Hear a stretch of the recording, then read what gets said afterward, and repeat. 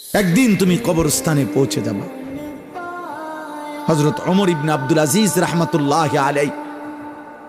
আমরা কিতাবে পড়ছি, উনি কবরস্থানের সামনে দাঁড়িয়ে কবরকে ডাক দিতেন আর বলতেন, আইয়ুহাল কবর, হে কবর, বলো না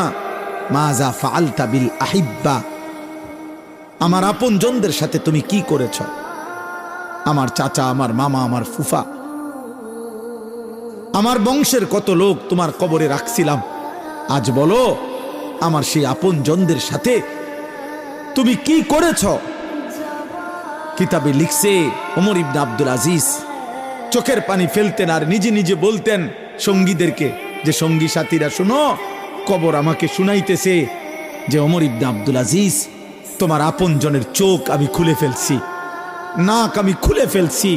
হাত আমি খুলে ফেলেছি, শরীর